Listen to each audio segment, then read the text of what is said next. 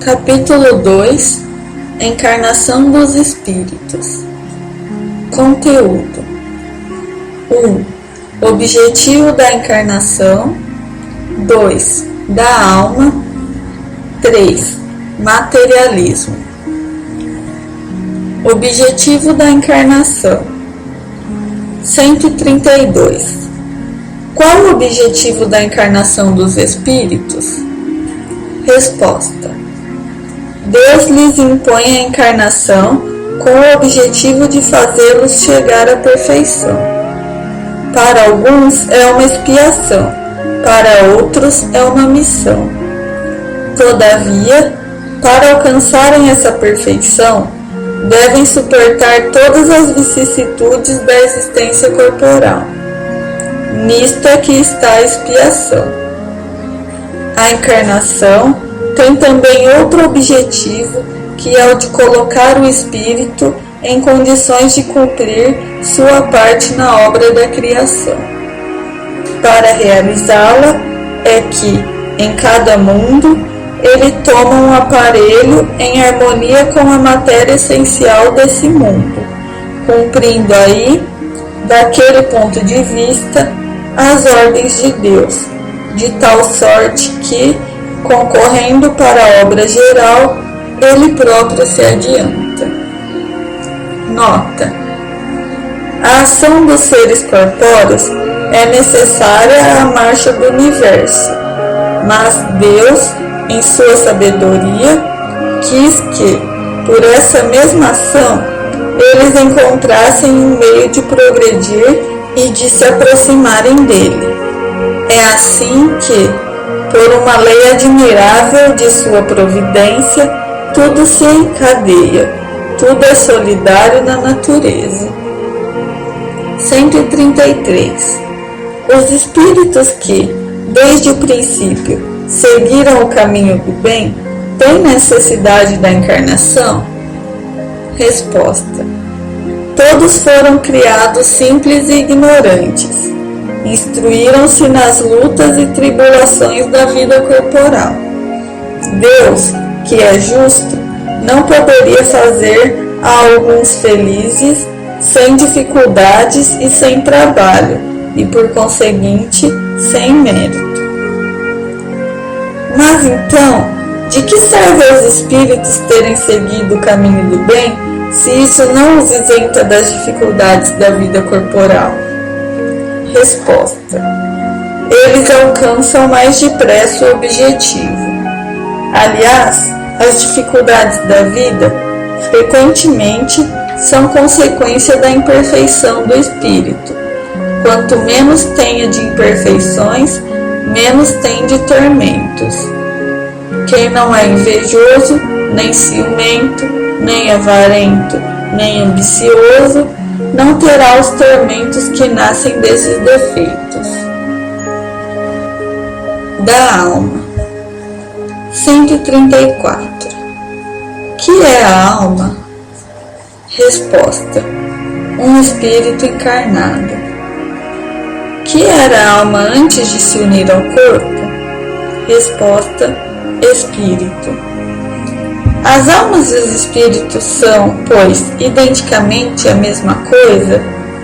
Resposta: sim, as almas não são senão os espíritos.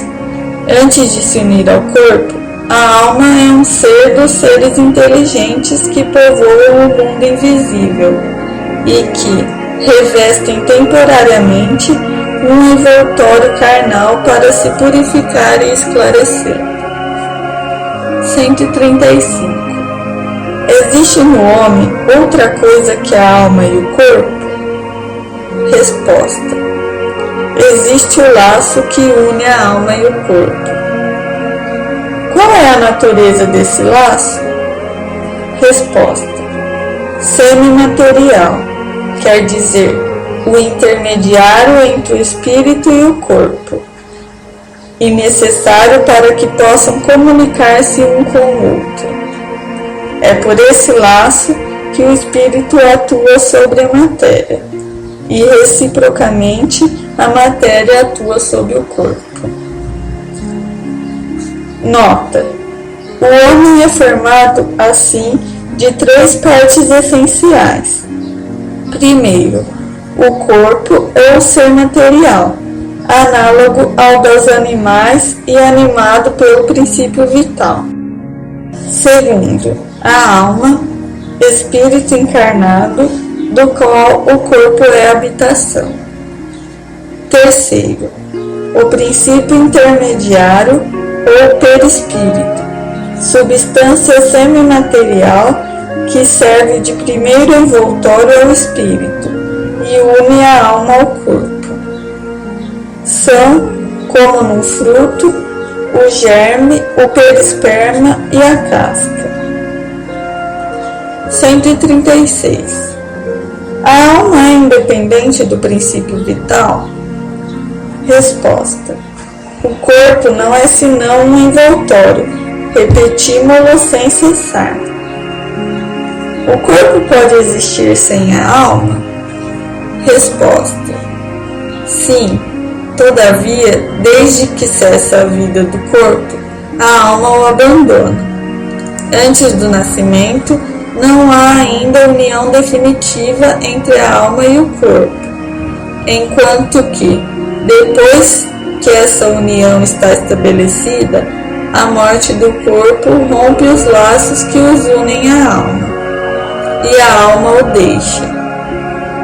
A vida orgânica pode animar um corpo sem alma, mas a alma não pode animar um corpo privado de vida orgânica. O que seria o nosso corpo se não tivesse alma?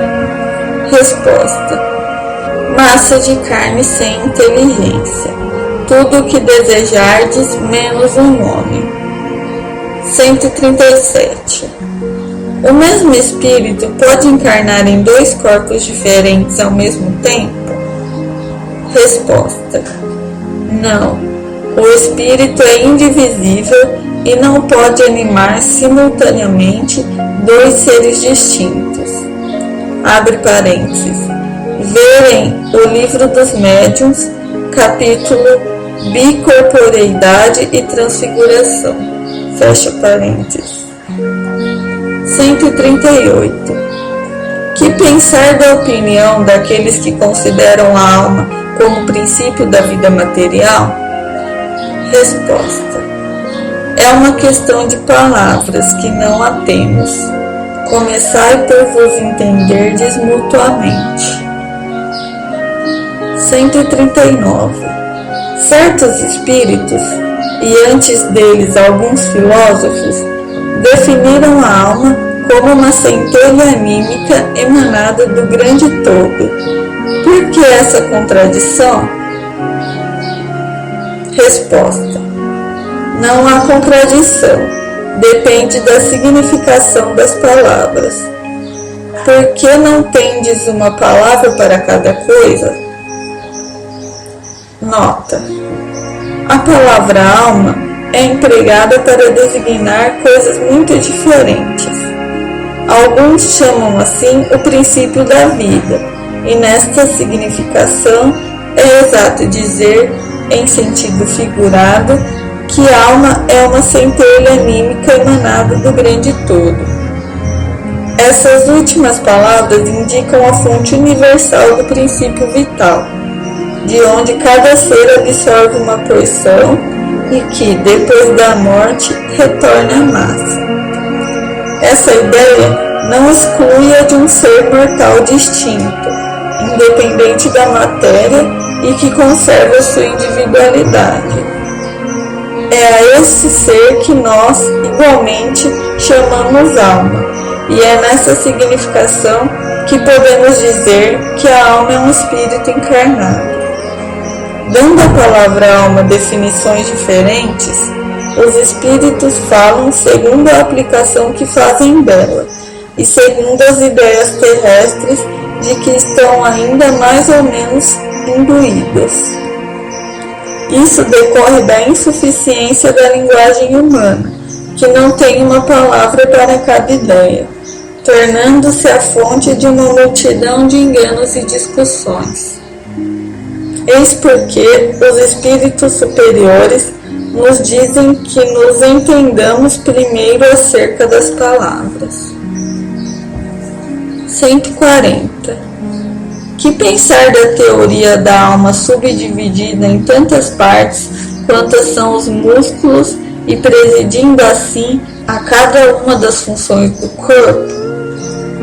Resposta: isso depende ainda do sentido que se dê à palavra alma.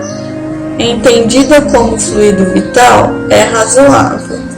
Porém, se entende a alma como espírito encarnado, é errada. Dissemos que o espírito é indivisível e transmite movimento aos órgãos por meio do fluido intermediário, sem por isso se dividir. Entretanto, alguns espíritos deram essa definição. Os espíritos ignorantes podem tomar o efeito pela causa. Nota: a alma atua por intermédio dos órgãos e os órgãos são animados pelo fluido vital que se reparte entre eles, e mais abundantemente naqueles que são centros ou sede dos movimentos. Mas essa explicação não se aplica quando se considera a alma como sendo o espírito que habita o corpo durante a vida e o deixa quando ocorre a morte. 141. Há alguma coisa de verdadeiro na opinião daqueles que pensam que a alma é exterior e circunda o corpo? Resposta: a alma não está aprisionada no corpo, como o pássaro numa gaiola. Ela irradia e se manifesta ao seu redor, como a luz através de um globo de vidro ou como o som em torno de um centro sonoro. Nesse sentido, se pode dizer que ela é exterior, mas não é, por si, o envoltório do corpo.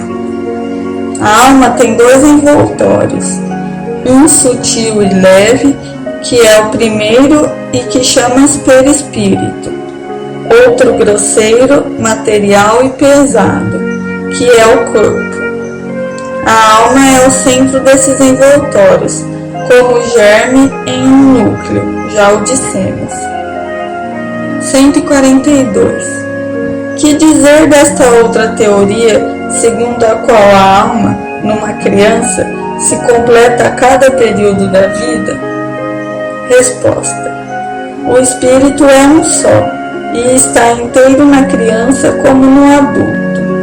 São os órgãos ou instrumentos de manifestação da alma que se desenvolvem e se completam. É ainda tomar o efeito pela causa. 143. Por que todos os espíritos não definem a alma da mesma maneira? Resposta: todos os espíritos não são igualmente esclarecidos sobre essas questões. Há espíritos ainda com limitações que não entendem as coisas abstratas, como ocorre entre vós com as crianças. Há também espíritos pseudo-sábios, que fazem desfile de palavras para se imporem, como ocorre ainda entre vós. Aliás, os próprios espíritos esclarecidos, frequentemente, podem se exprimir em termos diferentes que, no fundo, têm o mesmo valor, sobretudo quando se trata de coisas que a vossa linguagem é inadequada para exprimir claramente. Precisam de figuras, de comparações que tomais pela realidade. 144. Que se deve entender por alma do mundo? Resposta: é o espírito universal da vida e da inteligência, de onde se originam as individualidades. Mas aqueles que se servem dessas expressões frequentemente não se compreendem uns aos outros. A palavra alma é tão elástica que cada um a interpreta ao sabor das suas fantasias. Já se atribuiu também uma alma à terra. É preciso entendê-la como o conjunto dos espíritos devotados que dirigem as vossas ações no bom caminho quando os escutais, e que, de certa maneira, são os prepostos de Deus com relação à terra. 145. Como se explica que tantos filósofos, antigos e modernos, tenham discutido tanto tempo sobre a ciência psicológica sem terem alcançado a verdade? Resposta: esses homens eram precursores da doutrina espírita eterna. Prepararam os caminhos, mas eram homens, e se enganaram por tomarem as próprias ideias pela luz. Mas os próprios erros servem para deduzir a verdade, mostrando o pró e o contra. Aliás, entre esses erros se encontram grandes verdades, que um estudo comparativo vos faz compreender. 146. A alma tem uma sede determinada e circunscrita no corpo? Resposta: não, mas ela está mais particularmente na cabeça dos grandes gênios, em todos aqueles que pensam muito, e no coração, naqueles que sentem muito e dirigem suas ações a toda a humanidade. Que pensar da opinião daqueles que situam a alma num centro vital? Resposta: quer dizer que o espírito habita, de preferência, essa parte do vosso organismo, uma vez que é para lá que convergem todas as sensações. Aqueles que a situam no que consideram como centro da vitalidade, confundem-na com o fluido ou princípio vital. Contudo, pode-se dizer que a sede da alma está mais particularmente nos órgãos que servem às manifestações intelectuais e morais. Materialismo. 147. Porque os anatomistas, os fisiologistas e, em geral, aqueles que se aprofundam nas ciências naturais são, com frequência, levados ao materialismo? Resposta: o fisiologista narra tudo aquilo que vê. Orgulho dos homens que creem tudo saber e não admitem que alguma coisa possa ultrapassar os seus conhecimentos. Na sua própria ciência, os torna presunçosos. Pensam que a natureza não pode ocultar-lhes nada. 148. Não é de lamentar que o materialismo seja uma consequência de estudos que deveriam, ao contrário, mostrar ao homem a superioridade da inteligência que governa o mundo? É necessário concluir que eles são perigosos? Resposta: não é verdade que o materialismo seja uma consequência desses estudos. O homem é quem tira deles uma falsa consequência, porque pode abusar de tudo, mesmo das melhores coisas. O nada, aliás, os amedronta mais do que o demonstram, e os espíritos fortes são, frequentemente, mais fanfarrões que corajosos.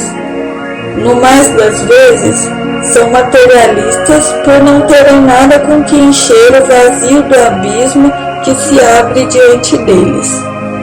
Mostre-lhes uma âncora de salvação e a ela se agarrarão apressadamente.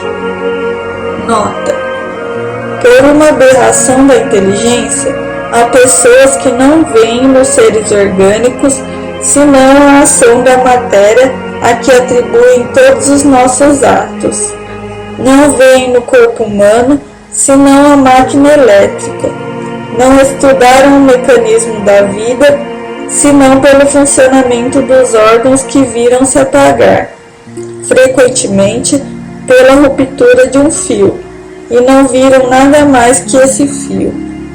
Pesquisaram se restava alguma coisa e, como não encontraram mais que a matéria, que se tornara inerte, e não viram a alma escapar-se, não a puderam apanhar. Concluíram que tudo estava nas propriedades da matéria, e assim depois da morte, o pensamento se aniquilava. Triste consequência se assim fora, porque então o bem e o mal não teriam finalidade. O homem teria razão em pensar só em si mesmo e em colocar acima de tudo a satisfação dos seus prazeres materiais.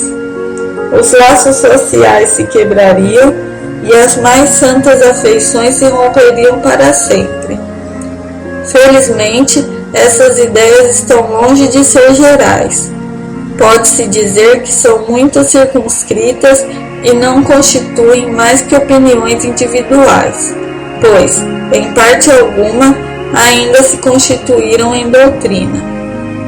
Uma sociedade apoiada sobre essas bases carregaria em si o germe da sua dissolução, e seus membros se entredevorariam como animais ferozes.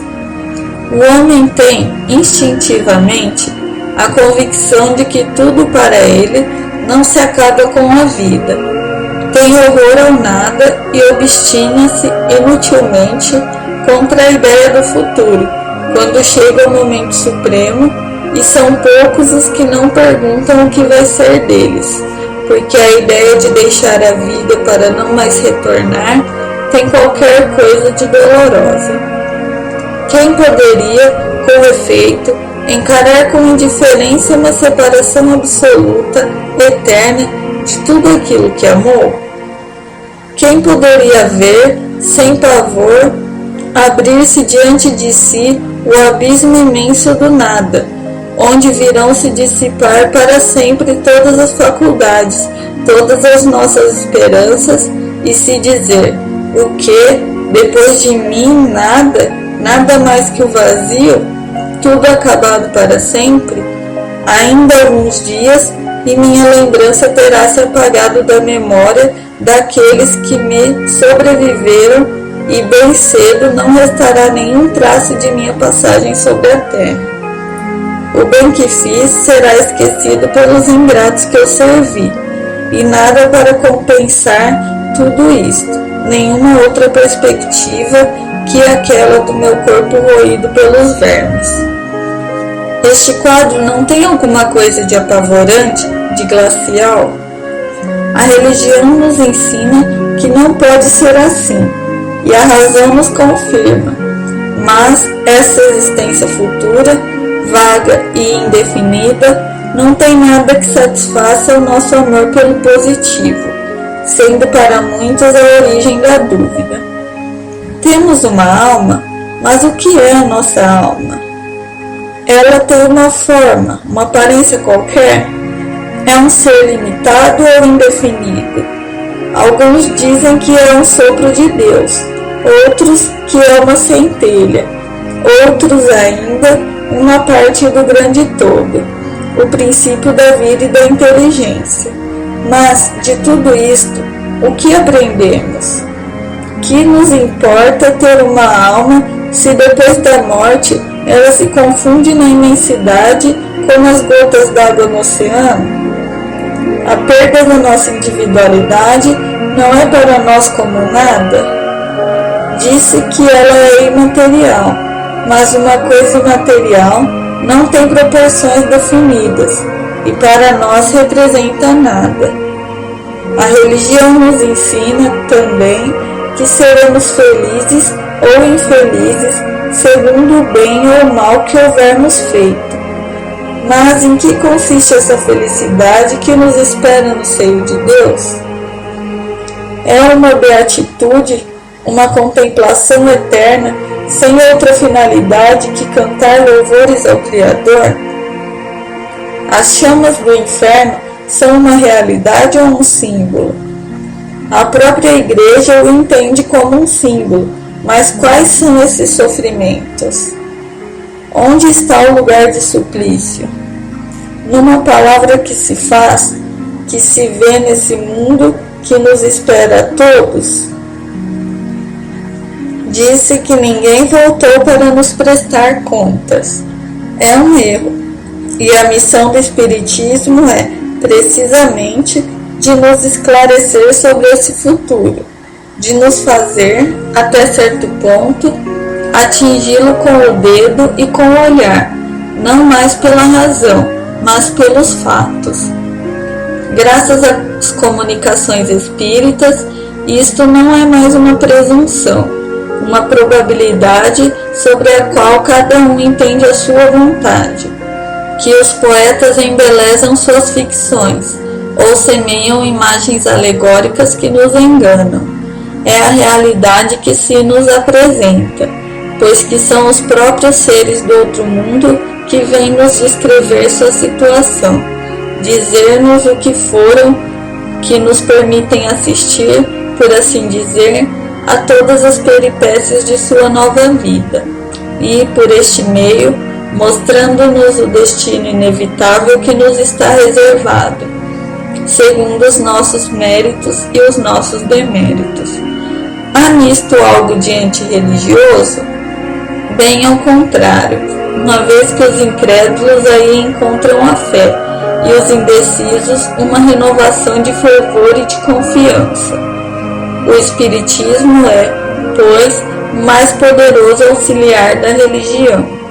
Uma vez que é assim, é porque Deus o permite, e Ele o permite para reanimar as nossas esperanças vacilantes e nos reconduzir ao caminho do bem, pela perspectiva do futuro.